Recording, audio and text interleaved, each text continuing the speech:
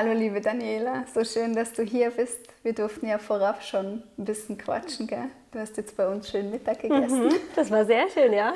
Jetzt habe ich dich gerade ein zweites Mal getroffen. Ja, so schön. Vielen Dank für die Einladung schon mal. Ja, so schön, dass du hier bist und deine Geschichte mit uns teilst. Ich glaube, du bist die Person, die jetzt am längsten mit Medical Medium unterwegs ist, die ich kenne.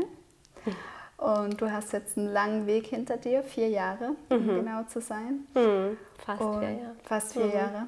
Ja, vielleicht erzählst du kurz was über dich und dann tauchen wir gleich ein in deine Krankheitsgeschichte.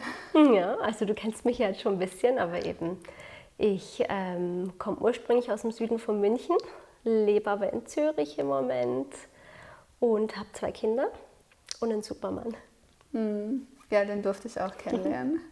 Also alle, die Kinder und Ja, den Mann. Ja, schön.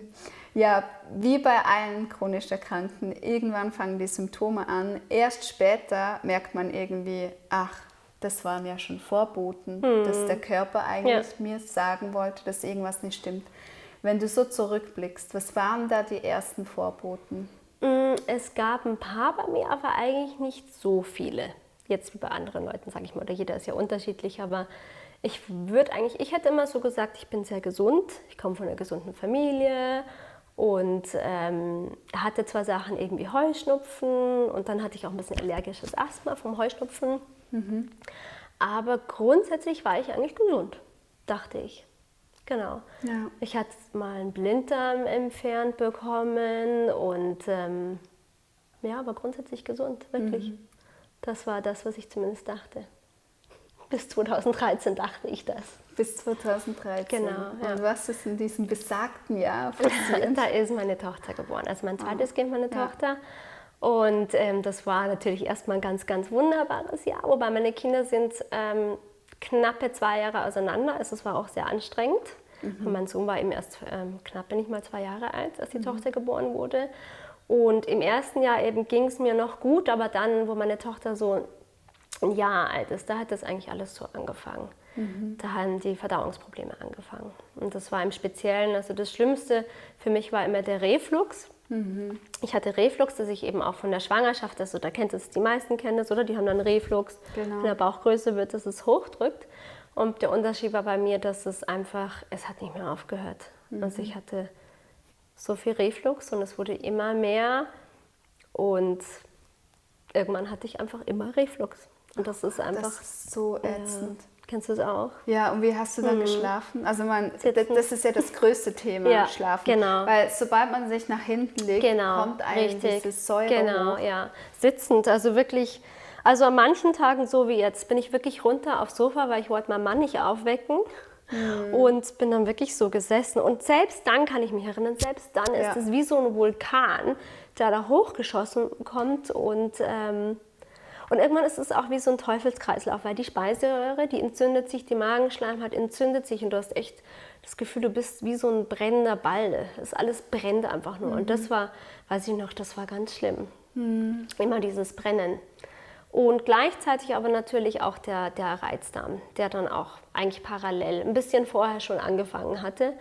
Einfach immer wieder Durchfall, Verstopfung, einfach Verdauungsprobleme, aber auch Krämpfe, immer so ein Blähbauch, immer das Gefühl eben, ich bin noch schwanger, ich schaue aus, als wäre ich im 4. Monat, dabei bin ich es gar nicht.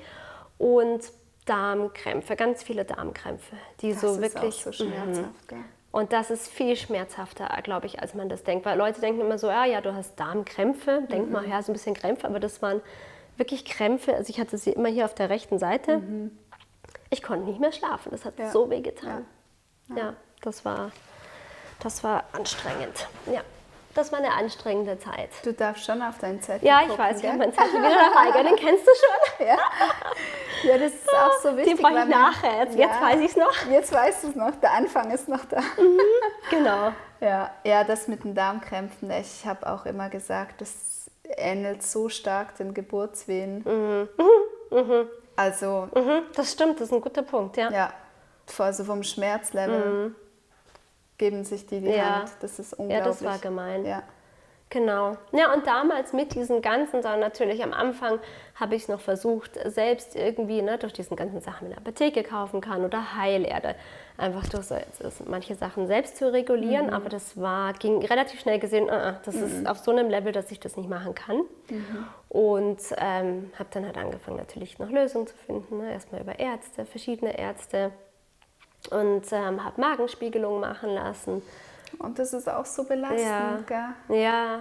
Dieses Abführmittel zuerst und dann noch. Ja, das war eine Magenspiegelung. Ach so. Keine Darm. Bei Aber Darm bei mir hat man. haben sie immer beides gleichzeitig gemacht. Ja, genau. Okay. Ja, die meisten sagen, das Abführmittel ist eigentlich das Schlimmste an der ganzen Magen-Darm-Spiegelung. Gell?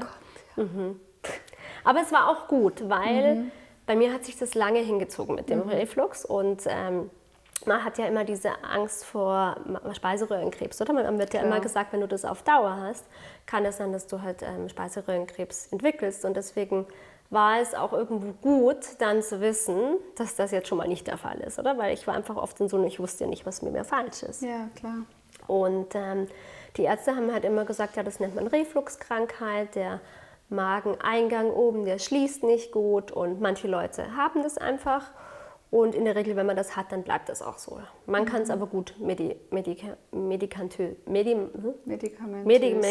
ja, du weißt, was ich meine, behandeln. Genau. Und das war eigentlich immer so die Antwort. Und ich dachte mir immer so, ja, bin 33. Okay. Und dadurch hatte ich dann auch versucht, eben diese Medikamente zu nehmen. Habt ihr auch, was war das, 1, 2 Jahre, würde ich sagen, ungefähr.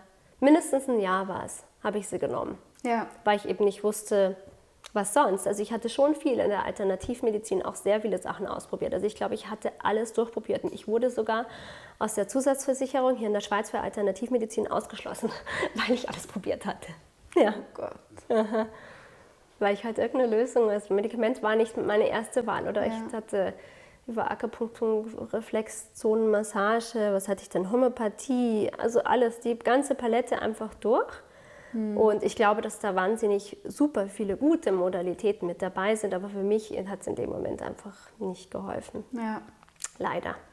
Genau, und dann kam ich eben, wie gesagt, den Weg dann auf die Protonenpumpenhämmer heißen die, die Magensäure blocken. Das ist so das Standardmedikament, sage ich mal, in der Refluxerkrankungsbehandlung. Und ja, hat aber nicht gewirkt. Also wenn überhaupt, es hat am Anfang vielleicht ein bisschen gewirkt immer und dann immer verschiedene und höher dosiert, niedriger dosiert, aber es hat nicht wirklich geholfen. Das hat es eigentlich meistens, ich finde, schlussendlich hat es schlimmer gemacht. Ja. Und dadurch hatte ich eben dann auch wie so eine Art Gastroparesis entwickelt. Was ist das? Das ist wie eine Störung der Magen und der Darm, die machen so Bewegungen, oder wie der Speisebrei praktisch durchgeht. Und bei der Gastroparesis sind diese Bewegungen gestört. Und dadurch hast du einfach das Gefühl, das Essen sitzt dir stundenlang in dem Magen, oder? Und ich habe oft mit Reflux isst man dann früh abends oder man versucht am Schluss nicht mehr zu essen, dass das alles verdaut ist. Und das war dann, ich habe um 6 gegessen und um 1, 2 bin ich aufgewacht, halb sitzend. Und es war, als hätte ich gerade gegessen. Es hat sich genauso gleich angefühlt im Magen. Und das war so unangenehm. Und dann wusste ich, okay, jetzt musst du musst irgendwie eine andere Lösung noch finden. Ja. Genau. Aber die ist nicht so schnell gekommen. Also das war noch nicht so schnell eben. Und dann hat sich das auf jeden Fall so hingezogen, ne? Immer wieder probiert, die verschiedenen Magen-Darm-Spezialisten immer wieder ausprobiert. Und ich habe immer wieder gefragt, was ist der Grund? Warum habe ich das? Warum kriegen Leute das? Und wie könnte man das noch behandeln? Und da habe ich nie Antworten bekommen. Ich habe immer nur bekommen, ja, mal, das ist halt so. Manche haben das so und man kann es aber gut medikamentös behandeln. Und ich weiß noch einen, auch der hatte ich das Gefühl, der war sehr kompetent und ich habe gemeint, ja, was ist mit Stress oder was ist mit Ernährung oder was ist mit Meditation? Und da hat er halt immer gesagt, ja, das sind gute Sachen, können Sie schon probieren, aber das wird es schlussendlich nicht wegbringen, sozusagen nicht. Ja. Und Ernährung wurde mir auch immer gesagt, nein, es macht keinen Unterschied. Gerade das Gegenteil, mir wurde immer gesagt, ja, essen Sie viel Brot, trockenes Brot, altes Brot. Echt? Ja. Ja. Und warum, weißt du das? Damit es die Magensäure aufsaugt. Wie ein Schwamm. Okay, ich muss sagen, das hat mir nicht jeder Arzt gesagt, okay? Ich glaube, ja. Das wäre auch lustig, wenn man das bei Durchfall sagen würde. Nimm einfach irgendwas, was aufzieht, die Flüssigkeit, dann wird's gut. Und bei mir wird es immer schlimmer. Ich meine, kein Wunder, jetzt weiß ich im Nachhinein, okay. Ja. Ah ja, lustig. Oder auch nicht lustig. Ja, jetzt kann ich drüber lachen. Es ist okay, du kannst da Scherze machen. Oh, so schlimm, echt. Ja. Ja, und du hattest auch erzählt, gell, dass du dann zu dieser Zeit auch noch so Schlafschwierigkeiten hattest, weil deine Tochter so eine schlechte Schläferin war. Eine sehr schlechte Schläferin, genau. Die ist wirklich dreimal in der Nacht aufgewacht und die war, also jetzt im Nachhinein muss ich sagen, sie hatte, was der Anthony eine Kinderleber nennt. Childleber nennt er das, Kindsleber, ja. Aber das wusste ich natürlich damals nicht. Ich dachte einfach, ich habe eine Tochter, die einfach so schlecht schläft und die immer aufwacht. Aber das war schon so ein Kreislauf damals mit dem Reflux. Ich habe dann noch viel gearbeitet mit den Kindern, die nicht so lange auseinander waren oder dann auch mit der Kleinen, die nicht gut geschlafen sind. Also dass dieser Weg dann zu den anderen Symptomen wurde da, glaube ich, auch schon sehr geebnet, oder?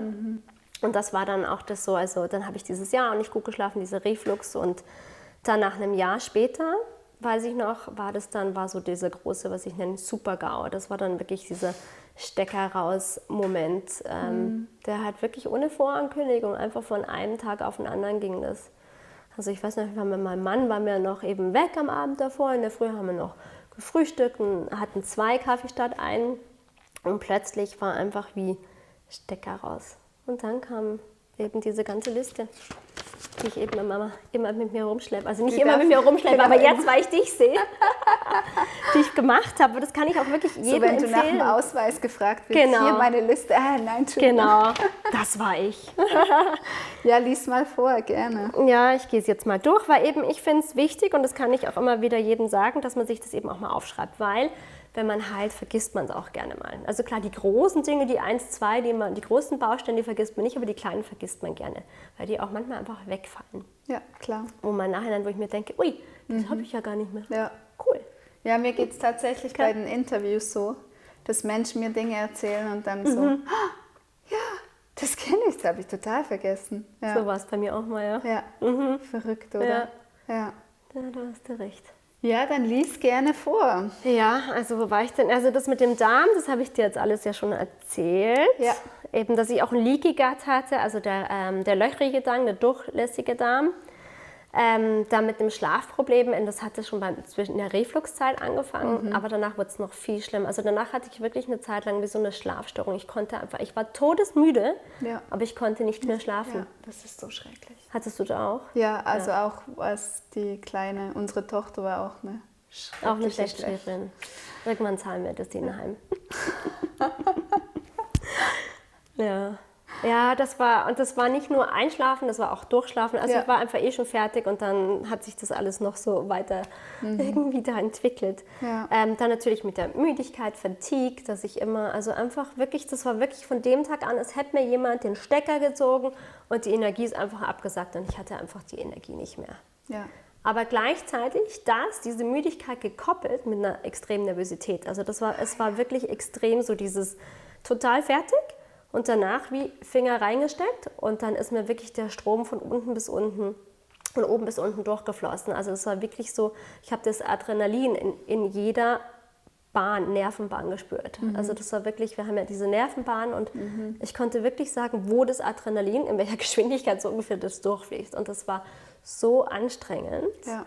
Und ja, das war eines der schlimmsten Sachen, muss ich sagen. Das war furchtbar anstrengend. Man kommt nicht mehr zur Ruhe, der Körper ist wie so unter Anspannung, genau. Und das danach dann immer eine extreme Müdigkeit. Das war wirklich so hoch und runter. Ja. Dann hatte ich extreme Nervenschmerzen, Rückenschmerzen, Nackenschmerzen, also immer alles. Klar hatte man immer früher schon mal Verspannungen, aber auf einem anderen Level. Es war fast immer da und Nervenschmerzen, auch nachts, ich konnte nicht mehr schlafen, immer der linke Arm hat immer so geschmerzt, immer wie, Fibralgie nennt man das auch, eben diese Nervenschmerzen. Dann hatte ich plötzlich auch ganz viele Herzprobleme, Ich hatte Herzrhythmusstörungen, ich hatte so Herzhupfer, nenne ich das, wenn man so das Gefühl hat, zack, zack, das hupft so. Ich hatte so einen extrem schnellen Puls, also mein Ruhepuls, da war teilweise 120 ne, nach dem Aufstehen oder auch am Abend am Sofa sitzen, also ganz, ganz hoch. Und ich habe einfach gemerkt, das ist nicht gut, da ist irgendwas. Und ich hatte auch so SVT-Attacken, heißt es. Das ist, wenn der Herzrhythmus sich wirklich verliert im Sinne von, dass das Herz hat eigentlich wie so einen elektrischen Kreislauf und der bekommt dann wie so einen Kurzlauf. Genau, und das ist auch sehr unangenehm. Also und das spürt man dann vom Schlag her? Ja, also ich habe es gemerkt, das war ein bisschen auch wie POTS, das ist eine Autoimmunkrankheit so in der Richtung, also wenn ich mich aufgesetzt habe, dann hat mein Herz wie so, ganz schnell und extrem wie in den Hals geschlagen. Und wenn ich mich hingelegt habe, ist es wieder weggegangen. Und der Ruhepuls war gleichzeitig sehr hoch. Und da wusste ich schon, also dass ich das hatte, eben, da ist irgendwas nicht gut. Ja. Und dann bin ich zum Arzt und der hat dann gesagt, nee, das muss man unbedingt medikamentös auch wieder behandeln, weil das kann auch wirklich lebensgefährlich sein, wenn man das nicht behandelt. Und da war ich im Krankenhaus. Das war auch ein großer Aufwachmoment für mich, ein riesengroßer, eben da im Spital zu sein und dann so, hups, was ist das jetzt? Ja, genau. Mit 2 kleinen Kindern. Gell? Genau, ja, das geht dann auch. Alles, was so mit Herz zu tun hat, habe ich auch gemerkt, das geht so an unsere Substanz. Das ist auch so, ja, eben unsere Substanz und das macht auch Angst. Ja, klar. Genau. Ja, dann hatte ich Tinnitus, eben das Ohrensausen, Schwankschwindeln. Also ich hatte mir das Gefühl, ich gehe auf so einem Boot. Oh Gott, ja. Okay, kennst du auch noch? Ich war einmal, wollte ich einkaufen und ich hatte den Einkaufswagen und ich war so dankbar, weil ich so dachte, okay, ich würde einfach umkippen. Und dann kam ich mir so blöd vor, weil das war irgendwie 11 Uhr vormittags und ich dachte, wenn mich jemand beobachtet, die denken, ich wäre jetzt schon besoffen. Ja, die hat da schon Uhrzeit. Jetzt ist es lustig, gar vorher nicht. Nee. Aber ich hatte das auch immer in Shoppingcenter oder in Geschäften, was viel schlimmer. Gell? Ja. Hattest du es auch? Es ist einfach zu viele Eindrücke. Genau. Und die Gerüche und das Licht und so, das weiß ich auch teilweise, wie ich mit den Kindern und die waren dann noch in so einem Doppelbuggy durch den Supermarkt und es war wie, ich hatte die Orientierung verloren. Als wüsste ich nicht mehr jetzt so, wie komme ich jetzt da wieder raus? Ja. Crazy. Eben der Schwankschwindel. Dann hatte ich immer eiskalte Hände und Füße. Mir sind auch immer die Hände und Füße so eingeschlafen in der Nacht, bin so aufgewacht, es hat immer so gekribbelt. Dann hatte ich auch Panikattacken, die waren auch sehr anstrengend. Und auch, was man so typisch im Deutschen sagt, immer so Angstzustände. Aber ich muss wirklich sagen, also das ist was Großes, was ich gelernt habe. Ich dachte immer früher, Leute mit Angstzuständen, das ist was sie in ihrem Kopf frieren. Aber ich weiß mittlerweile, es ist nicht so. Es ist was sehr, sehr Physisches, oder? Es ist wirklich dieses Adrenalin, was wir in so einem Überschuss in unserem Körper haben und eigentlich der Gedanke dadurch gefüttert wird. Genau, das hatte ich teilweise auch. Ja, der Impulsgeber ist eigentlich das Körperliche. Genau, gell? richtig. Es wird dann im Kopf verarbeitet, genau, richtig. weil man damit umgehen muss. Genau. Ja. Aber der Impulsgeber ist der Körper. Ist der Körper, genau. Ja. Das ist wirklich, ja, und das ist ja auch klar, wenn du so viel Adrenalin in deinem Körper hast, was du normalerweise bei einem Fight or Flight oder wenn du einen Schock hast oder eben der Bär dich verfolgt hast, dann ist es auch einfacher, eben dadurch Angst zu haben. Weil, ja, genau, also das war auch anstrengend. Oder manchmal eben, es war zu oft auch gekoppelt mit diesem Adrenalin im Körper, eben mit diesem Steckdosengefühl. Eben, und ich wusste ja nie, was mir für falsch ist. Das war das große Problem. Und ich hatte dann oft einfach auch Angst für meine Kinder, oder? Genau. Dann schlechtes Gedächtnis. Also ich hatte wirklich extrem lange, wobei das habe ich eben teilweise immer noch ein bisschen, so Namensgedächtnis. Also fürchterlich, du kannst mir sagen, wie dein Name ist und danach, keine Ahnung, wie du heißt. Wie heißt du eigentlich? Priscilla. Oh, gut. Hallo. Freut mich. Jacqueline. Freut. Ja, und genau, also das Gedächtnis, das ist besser geworden, aber ich habe es immer noch ein bisschen. Ja. Vielleicht ist es auch ein bisschen Persönlichkeit, keine Ahnung. Ja, das bin ich auch noch am rausfinden. Okay. Aber ich Können wir in ein paar Jahren nochmal sprechen? Vor allem, also bei mir ist die Schwierigkeit, wenn die Gesichter nicht zum Namen passen. Und dann fällt mir immer der Name ein, wo ich der Person gegeben habe. Oh, ja, das Sehr kann auch. kreativ. Das, ja, genau. Ja. Oh Mann, ja, das ist immer was im Gedächtnis mit den Namen, ja. Ich dachte im ersten, es wäre Stillgehirn. Aber irgendwann, so ein paar Jahre danach, habe ich ja nicht mal gestillt. Insofern war es wohl nicht das Stillgehirn. Ja. Dann Eiflauters, ich weiß immer nicht, was es auf Deutsch heißt, aber Eiflauters sind wie wenn man so Blitze hat in den Augen. Also wenn du wohin guckst und du siehst es praktisch nicht. Du siehst es nicht mehr, das ist wie so ein Blitzfeld und es braucht, keine Ahnung, 20 Minuten, eine halbe Stunde. Manchmal haben wir noch Kopfschmerzen mit dabei. Das hatte ich ganz oft. Dann hatte ich immer dieses Gefühl, dass ich nicht atmen kann. Also es könnte ich nicht 100% herunteratmen, sondern ich könnte einfach nur 80% atmen. Das fand ich furchtbar anstrengend auch. Ja. Oder unangenehm. Ja. Dann, was habe ich noch? Feeling of Disconnection habe ich immer draufgeschrieben. Ich hatte immer so ein Gefühl, dass, als wäre ich nicht mehr verbunden mit der Welt. Als wäre ich nicht mehr ganz komisches Gefühl. Ich kann es nicht besser beschreiben als das, als würde mir die Verbindung zu allem fehlen. Gewichtsverlust, also ich war jetzt noch nie eine große Person, sage ich mal, aber ich habe dann wirklich noch mal so richtig an Gewicht verloren. Aber klar, ich konnte ja nichts mehr verdauen und dieses Adrenalin, immer dieses Daueradrenalin, hat da auch nicht geholfen. Haarausfall, geschwollene Lymphknoten. Ich hatte ganz viele geschwollene Lymphknoten, die ich dann auch immer überprüfen lassen musste. Und ich hatte immer viele blaue Flecken. Also das muss ich sagen. Ich dachte immer, das ist einfach so bei mir. Ich habe blaue Flecken, aber ich habe es nicht mehr. Das ist komplett weggegangen, dass ich mir irgendwo anrempel und dann hatte ich wirklich solche Platscher da drauf. Das habe ich nicht mehr. Ja, auch mit den Besenreisern. Da dachte ich auch immer, das ist bei mir in der Familie, meine Tante, meine Mama, die haben das alle auch. Und es ist ganz langsam am Besserwerden. Also ich merke es wirklich, die sind noch da, aber nicht mehr so großflächig. Ja. Das ist mega cool. Ja, mega cool. Ja, das ist dann auch so etwas, was man wirklich äußerlich sieht. Ja. Ja. Das ist zwar nichts Schlimmes oder Nein, was Kosmetisches, aber... Gar nicht, aber man hat dann diese äußerliche Bestätigung. Oder man kann es auch... Genau. Ich habe meinem Mann auch schon gesagt, hey, hast du gesehen, ich habe keine blauen Flecken mehr. Und er kannte mich nur mit blauen Flecken. Ja. So. Und dann kann das Gegenüber das auch irgendwie sehen. So. Das andere ist ja immer, ich habe keinen Brain Fog mehr. Ja, okay, cool für dich. Aber man hat den ja nicht gesehen. Ja. Das stimmt. Nee, wobei, das hat mein Mann schon gemerkt, weil mit diesem Brain Fog zum Beispiel war ich oft der jemanden gar nicht so lange ausreden hat lassen, weil ich es teilweise vergessen habe schon wieder. Also es war irgendwie so, hatte ich schon das Gefühl, dass ich oft sehr schnell reaktiv war in einem Gespräch. Weil ich es teilweise wirklich dann, also 5 Minuten später halt dann einfach vergessen hätte, was ich sagen wollte. Und das habe ich nicht mehr. Ja. Hoffe ich. Glaube ich nicht. Oder? Nee. Gut. Oder? Ja, genau. Akne, Nagelpilz, Heuschnupfen und allergisches Asthma.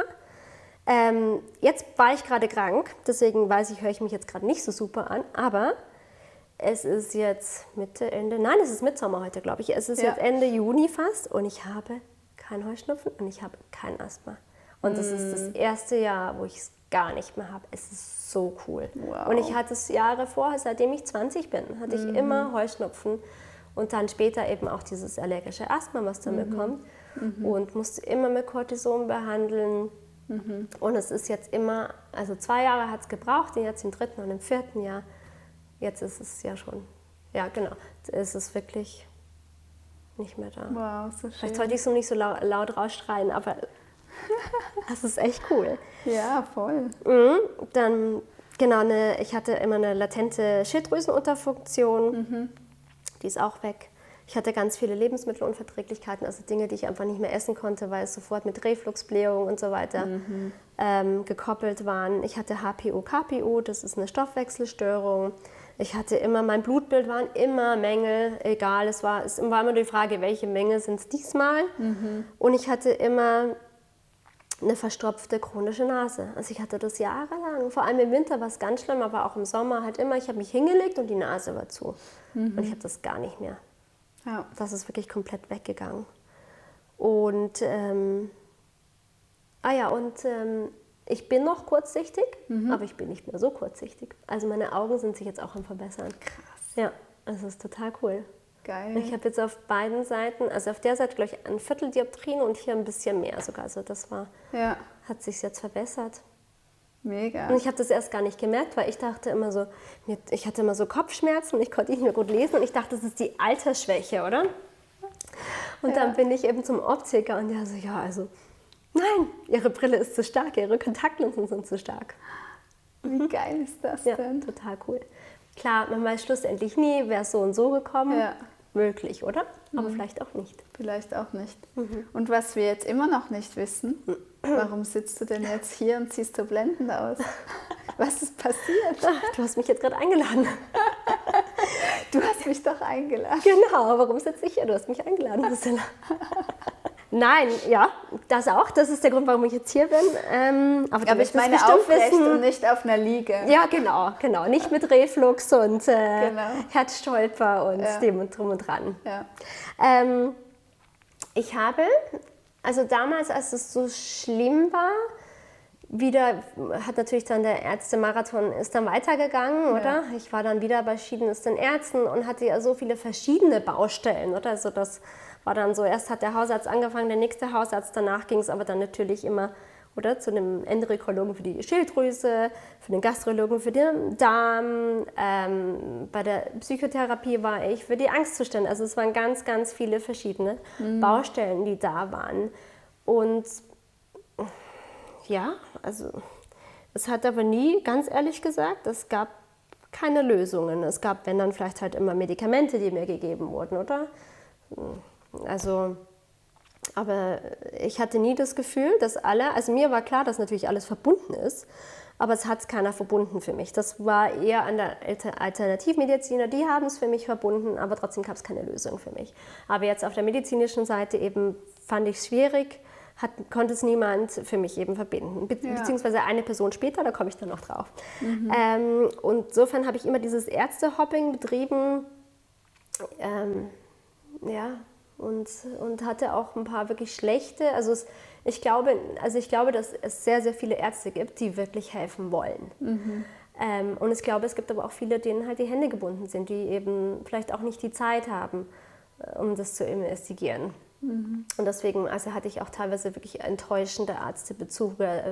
Also ich kann mich noch erinnern, mit dem einen Arzt hatte ich gesprochen wegen dem Tinnitus, der nicht weggegangen ist. Und der hatte mir dann so eine Hörnadel oder irgendwas, so eine Singnadel, glaube ich, nennt man das, hier dran gehoben und hat dann so Bing gemacht. Ja, hören Sie das? Links, rechts, überall, ja. Und da meinte er zu mir, ja, wissen Sie, ich glaube, als Sie jung waren Sie da vielleicht oft in Diskos unterwegs.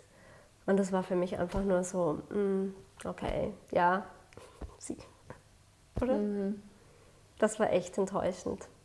Ja, aber das hat dazugehört, das war ein Teil jetzt einfach davon.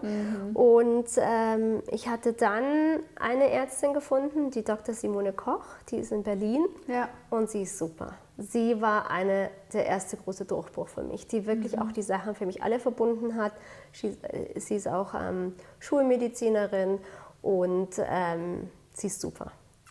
Das war wirklich so der erste große Schritt für mich. Und sie hat mich auch so unterstützt mit dem Reflux, mir geholfen, wie komme ich von den Medikamenten weg und welche Wege gibt es. Ja, das war echt eine gute Anlaufstelle. Schön. Das war so die erste Anlaufstelle. Und damit wurde es dann auch schon ein Stück besser, aber nur ein Stück. Und das war dann, ich glaube, 2 Jahre später ungefähr.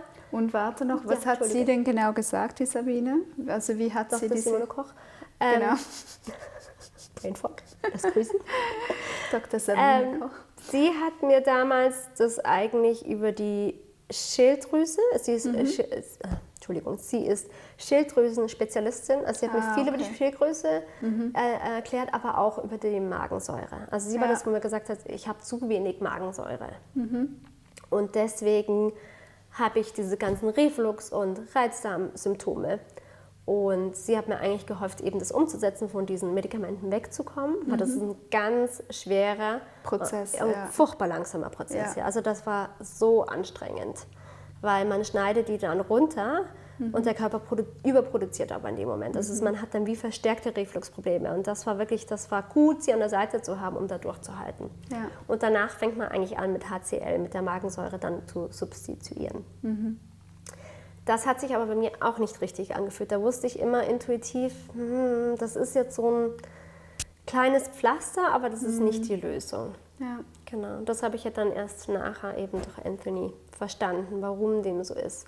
Aber das war, also sie war ein großer Schritt für mich und auch ganz wichtig, eben finde ich so von medizinischer Seite begleitet zu sein, weil es waren viele Baustellen.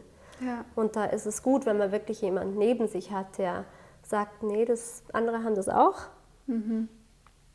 Das kann man, Ja, und auch daran kann man diese arbeiten. ganzen Bereiche mal verbindet. Genau, richtig. Das, Ja. das Und auch, fehlt einfach ja, so. genau, es verbindet, aber auch eben einem ernst zu nehmen. Und ja, sie war wirklich gut in der Richtung. Einfach, sie hat auch so viel Erfahrung. Und das hat mir auch so geholfen. Jemand, der so viel Erfahrung hat, der das vorher gemacht hat. Oder? Dass man mit so jemandem zusammenarbeitet. Ja, Nein, das war total. wirklich, das war ein super Schritt.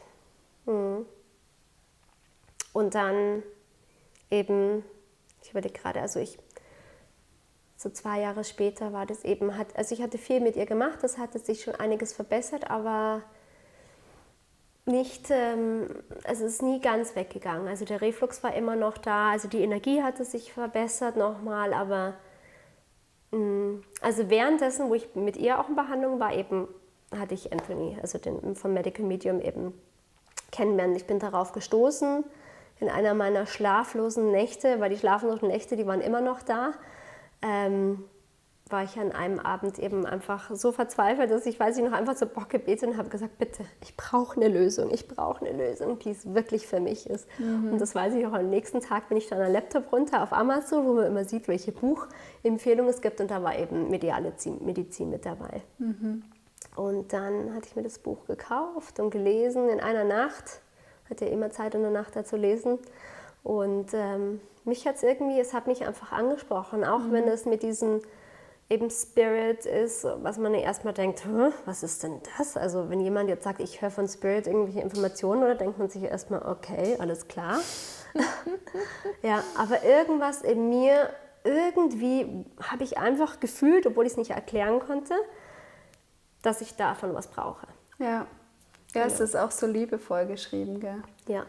Dass Ja, und das man hat sich- alles verbunden. Ja. In diesem allerersten Kapitel eben von dem blauen Buch, da war jedes einzelne Symptom da drauf war beschrieben. Es war unglaublich. Und ich weiß nicht, ich bin dann gleich zu meinem Mann gelaufen und habe gesagt, da gibt es einen, der führt alles für mich zusammen. Ja, genau. Geil. Und das war dann gleich 3 Tage später war der Tag des ersten Selleries. Im Oktober 2016.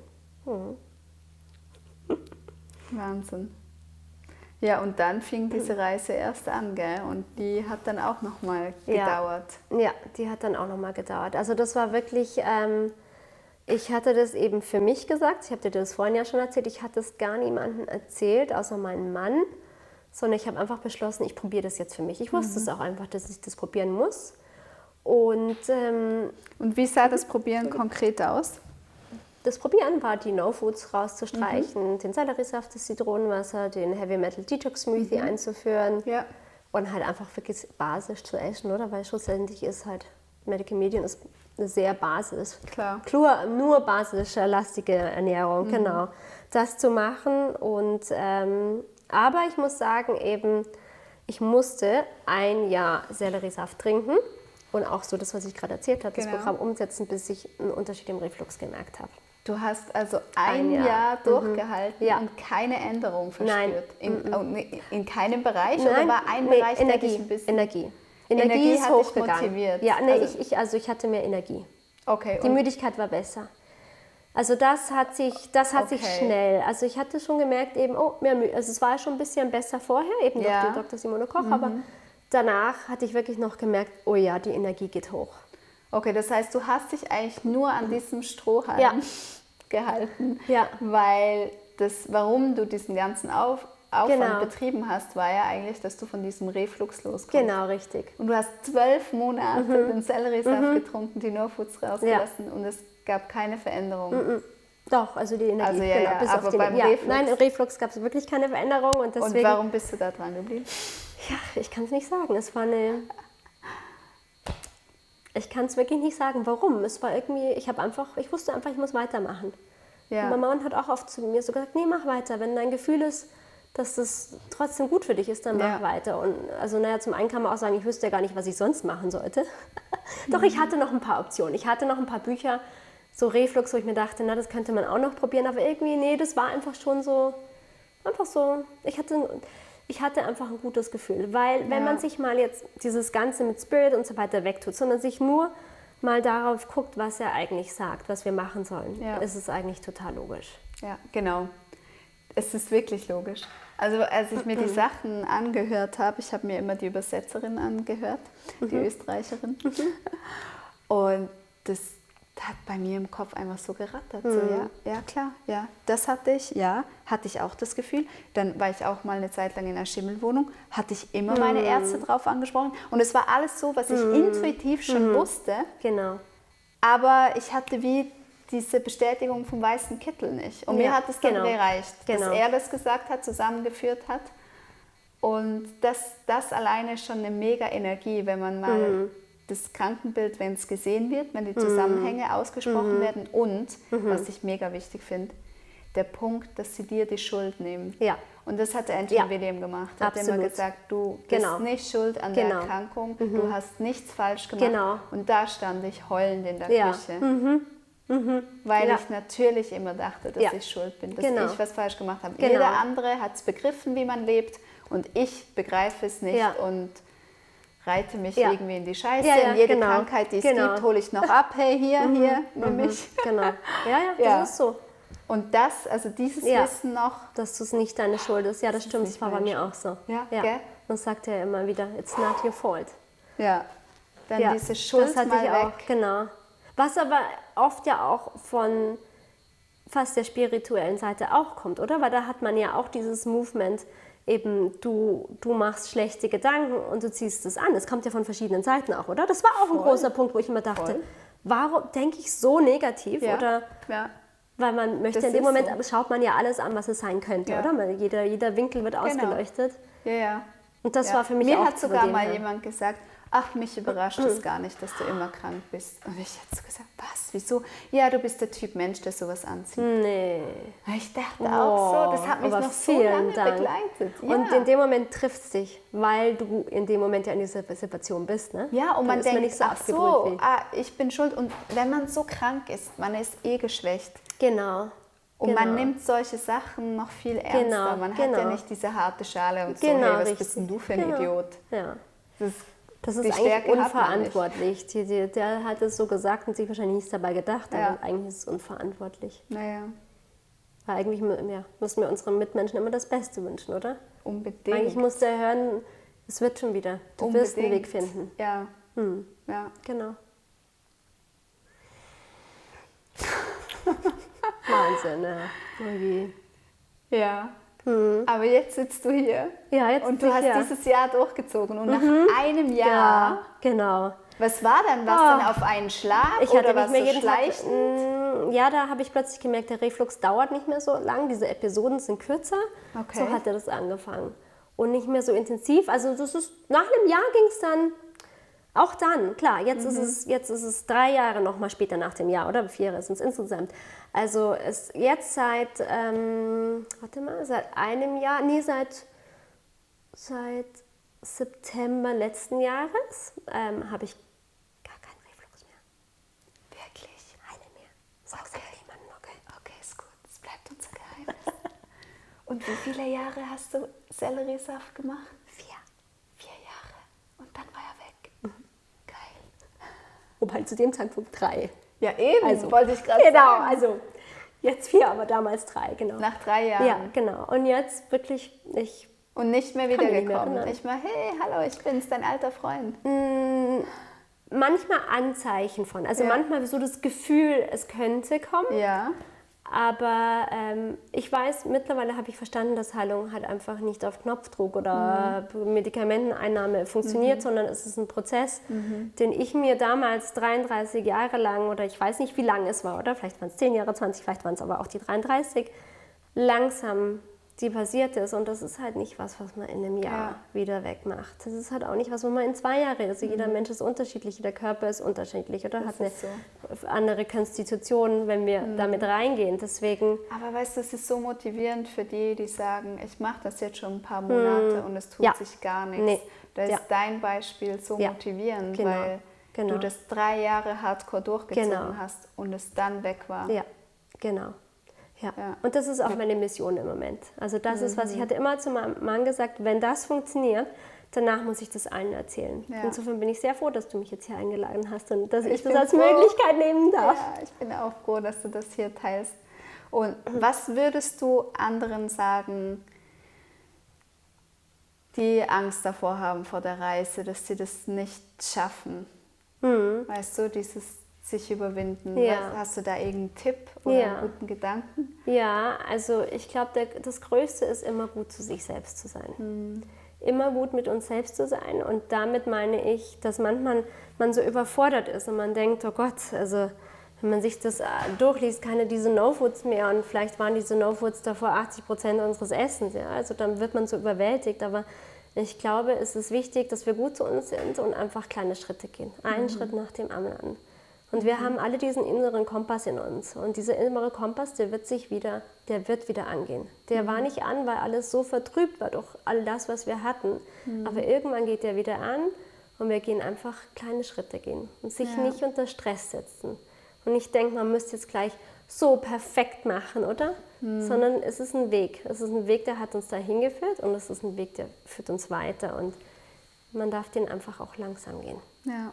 Auch wenn ich weiß, man möchte nichts anderes als diesen Reset-Button haben. Und dann was jetzt funktioniert und man am nächsten Tag sich wieder genauso fühlt, wie man sich vorher gefühlt hat. Aber das ist was ich gelernt habe. So funktioniert es einfach nicht. Es ist eine langsame Zeit. Aber der Körper weiß den Weg. Ich glaube, wenn wir dem Körper die richtigen Rahmenbedingungen geben, durch die Ernährung, durch den Mindset, durch die Liebe zu uns selbst, dann weiß er den Weg. Nicht ich weiß es, sondern mein Körper weiß den Weg. Nicht ich sage dem Magen, jetzt heil mal. Also natürlich kann ich das energetisch tun, aber schlussendlich weiß der Körper, wie er es tut und in welcher Reihenfolge und mit welcher Priorität er es tut. Ja. Und mindsetmäßig, hast du dich da selbst irgendwie gecoacht oder wie war das denn? Ja, das immer wieder, oder? Das kommt immer wieder so in Wellen, ja, einfach auch das Leben zu verlangsamen, zu entschleunigen, nicht mir selbst diesen Druck so zu setzen. Das war immer was. Ich war immer jemand so, ich habe immer die Dinge sehr gut gemacht. Eben, das ist die Liebe zu sich selbst, oder? Das ist das, was ich vorher meinte. Mich um mich zu kümmern und dabei tut mir das aber nicht immer gut, wenn ich mich immer selbst unter Druck setze. Ja. Und auch mal alle 5 Grade sein lassen, sag ich mal, oder? Manchmal läuft es halt nicht so. Ja. Aber das ist, glaube ich, Work in Process, oder? Total. Es ist auch so krass, wie man sich verändert, gell? Durch so eine Krankheit. Man wird einfach ein komplett neuer Mensch. Man sieht die Sachen anders. Ja. Man geht mit Krankheiten und Dingen, die nicht so laufen, wie man sich vorgestellt hat, so anders um. Wofür bist du dir oder sagen wir so, wofür bist du dankbar, was dir diese Krankheitsepisode beigebracht hat? Für alles, würde ich sagen. Also natürlich nicht für die Schmerzen, die damals waren und für die Sorgen, für die Ängste, die ich hatte. Aber schlussendlich, ich bin sehr dankbar. Für mich ist es wie das Geschenk des Schmerzes, das ich irgendwie auch bekommen habe. Oder das Geschenk der Krankheit. Man hat immer ein Geschenk der Krankheit mit dabei. Aber das ist, ich glaube einfach, ich habe so viel Liebe und Freude in mir. Und früher hatte ich das auch, aber anders. Ich weiß es nicht, ich kann es nicht sagen. Aber sehr. Ich möchte die Zeit nicht nochmal durchmachen. Aber dieses Gefühl möchte ich nicht mehr hergeben. Ja, das ist so das. Ich sehe die Dinge ganz anders und ich habe andere Prioritäten. Ich bin viel dankbarer in mein Leben gekommen. Und ich sehe auch alles wie Wunder jetzt. Für mich ist der Körper so ein Wunder, oder? Genau das, was ich dir vorhin gesagt habe. Er weiß, wie er es heilt. Es ist so cool, dieser ganze Planet ist für mich so wunderschön und einfach toll, dieses Leben zu haben. Ja. Ach, so schön.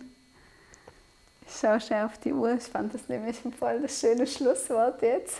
Wir hätten noch ein bisschen Zeit. Hast du noch Lust, über was anderes zu sprechen? Klar. Was anderes mitzugeben? Ja, also was ich vorhin zu dir gesagt habe, eben vielleicht soll ich das mit den Kindern noch kurz sagen. Eben meine Kinder hatten auch einige Sachen damals, als wir angefangen hatten. Also die hatten beide Neurodermitis, auch ganz schlimm. Also meine Tochter hatte wirklich schlimme Neurodermitis. Dann hatte die das auch mit den Schlafproblemen. Warte mal, da hatte ich mir aufgeschrieben für die Kinder. Ah ja, genau. Und Übrigens, auch das ist viel besser geworden. das hatten meine 2 Kinder auch. Neurodermitis von Anfang an, seit Siehst du? Geburt. Ja, Das und ist jetzt auch auch das weg, mit dem oder? Schlafen, ja. Ja. Und bei meiner Tochter auch noch, die hatte so oft Kopfschmerzen, so wöchentlich.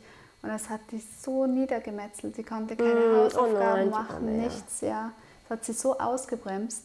Und das ist komplett weg, einfach komplett weg. Ja, super, siehst du? Wahnsinn, ist doch toll. Ja, und dann, wenn man sieht, dass die Kinder jetzt so frei und gesund ihre Kindheit leben können und auch Energie haben nach der Schule noch, das war nämlich auch immer dieses Energieloch. So wertvoll. Ja, das ist super. Ja, es ist super, es tut den Kindern auch gut. Und ich glaube, man muss die Balance finden, oder? Weil ich glaube, das Schlimme ist, oder das Schwierige ist, eben diese Balance zu finden, weil die haben ja auch diese Außenwelt und die ist ja anders, oder? Wie jetzt die Welt daheim. Sich halt auch dieses, manche finden es halt sehr schwierig, das finde ich auch immer wieder schwierig, diese Balance zu halten. Aber unsere Balance ist schlussendlich, wir essen zu Hause so, es gibt zu Hause keine No-Foods und extern ist extern. Weil ich glaube, wenn man zu strikt mit den Kindern ist, sagt mein Gefühl, zumindest für meine Kinder, kann der Schluss auch nach hinten losgehen. Ja, dann brechen sie dann aus und machen genau. das Mit den Süßigkeiten und danach. Oder heimlich halt. Genau. Anstatt Drogen zu nehmen, Süßigkeiten nehmen. Ja, okay, ich nehme lieber die Süßigkeiten, aber trotzdem. Ja, genau. Ich habe mir eine Packung Haribos reingezogen. Genau. Ja, wir machen es genau gleich. Also zu Hause Ja, haben wir die Schränke halt genau. so Anthony William konform, sage ich mal. Also basisch, vegan, industriell zuckerfrei. Und auswärts ist auswärts. Genau. Gelten andere Genau. Regeln. Für mich nicht, weil Genau. ich halt sehr vorsichtig mit meinem Körper umgehe und ja, ich so ein Ja dahinter habe. Es ist ja meine Entscheidung. Bei den Kindern ist es dann immer noch meine elterliche Prägung. Eben, genau. Ja, aber wir sind trotzdem das Vorbild. Ich glaube, sie sehen, auch wenn sie es dann vielleicht als Teenager, kann ich mir vorstellen, dass es vielleicht mal ins andere Extrem geht, sie wissen es trotzdem, sie haben uns gesehen. Und Ja, ich und glaube, sie wissen später, wie sie sich wieder in Balance bringen. Genau, richtig. Weil sie dieses Wissen haben. Genau. Also wenn sie in ihren 20ern mit Problemen zu kämpfen haben, dann können sie sich erinnern und wissen, wie sie ihren Körper wieder in Balance bringen können. Genau, so. das ist so. Und wie cool ist das, oder? Ja, super stell cool. dir vor, wir hätten das gehabt in unseren 20ern. Genau, absolut. Hätten wir uns einiges ersparen können. Ey. Ja. Aber eben, wir sind dankbar für die, die wir geworden sind. Genau. Ja, und wie ist es auch als Partner, in der Partnerschaft? Wie seid ihr da, habt ihr das zusammen dann umgesetzt? Ja, also erstmal habe ich natürlich angefangen, das umzusetzen für mich. Und mein Mann hat mich super dabei unterstützt. Also er war immer hinter mir, hat immer gesagt, ja, probier es, mach weiter. Und dann also dadurch, dass ich natürlich gekocht habe, hat er natürlich irgendwo auch in dem Sinne wurde er auch umgesetzt, ja, und unsere Familie auch. Am Anfang war es ein bisschen schwierig. Mein Mann ist Südafrikaner und Südafrikaner lieben Fleisch, oder? Also ich esse ab und zu immer noch Fleisch, aber ganz selten. Und ich habe ein Gespür dafür. Aber bei ihm war das halt am Anfang so, oh Gott, also ja gut, das sind jetzt die Beilagen, aber wo ist denn die Hauptspeise nach dem Motto? Ne? Das war halt kein vollkommenes Mahl für ihn. Und das war oft so ein Punkt, wo es dann schwierig war. Aber mit der Zeit kommt man da drauf. Man kann immer noch ein Stück Fleisch auf der Seite anbraten, oder? Man kann konform kochen Und dann für die, die noch Fleisch essen möchten, das Fleisch auf der Seite anbraten. Und, aber jetzt mittlerweile, muss ich sagen, es kommt jetzt von ihm. Also er ist der in der Früh aufsteht und den Selleriesaft macht. Er ist der nicht mehr ständig fragt, kaufst du heute mal Fleisch, sondern er fragt mich das nicht mehr. Er braucht es vielleicht noch öfter mal, wie ich. Also bei mir ist es jetzt wirklich eine Sache von, naja, wenn ich mal bei jemandem eingeladen bin oder so, aber ich brauche es nicht. Es schmeckt mir besser ohne. Und er merkt auch den Unterschied. Er hat mehr Energie, er hat mehr Geduld, also er merkt das schon auch. Ach, schön. Ja, genau. Aber ich will keinen eben, es passiert einfach so natürlich, oder? Wenn du bist, die kocht, dann machst du das so und dann ergibt sich das auch. Ich glaube, man darf einfach nicht so viel drüber reden. Ich glaube, der größte Fehler ist bei Männern, wenn wir darüber reden, wenn wir ankündigen, jetzt machen wir diese Ernährungsumstellung, es gibt kein Fleisch mehr, es gibt keinen Kaffee mehr, es gibt keinen Alkohol mehr, es gibt keine No-Foods mehr, es gibt kein... Und dann denken die sich so, oh mein Gott, wo ist der schnellste Weg aus? Oder ist ja auch klar, das ist dann, das ist Widerstand, der sich in dem Moment macht. Sondern ich glaube, eben bei sich sein ist langsam gehen und dann gehen auch die anderen mit. Ja, und vor allem, wenn man den Unterschied so merkt. Genau. Das ist ja, der Partner sieht das ja mal als Ersten, wie es einem geht. Ja. Ja, mega schön. Jetzt kommen wir doch schon zum Abschluss. Möchtest du zum Schluss noch etwas sagen? Das Ermutigendes für unsere Zuschauer. Ja, genau. Ich möchte sagen, einfach eben den Weg zu gehen, sich selbst zu vertrauen und einfach die Geduld zu haben. Es braucht ein bisschen Zeit, aber es ist so wert, den Weg zu gehen und auch seinen Weg zu finden. Weil mein Weg ist nicht vielleicht jedermanns Weg, sondern der Weg, der für jeden wirklich gut ist. Ja, vielen Dank. Auch, dass du einfach hier warst, dass du diesen schönen Zettel mit diesen farbigen Schriften, du bist so süß. Mit den Wasserflecken. Genau, mit den Wasserflecken. Nee, wirklich vielen Dank für diese Geschichte und auch deine ermutigenden Worte. Und vielen Dank, dass ihr dabei wart. Und wenn euch dieses Video gefallen hat, dann schenkt uns einfach ein Like oder abonniert den Kanal, damit ihr keine folgenden Videos verpasst. Ja, Chronisch Ehrlich ist der Kanal, der die Geschichten hinter den Krankenakten zeigt. Und wenn auch du eine Geschichte hast, dann schreibt gerne in die Kommentare rein, auch wenn euch irgendwelche Themen noch interessieren, schreibt es uns. Wir gehen gerne darauf ein. Bis zum nächsten Mal. Ciao.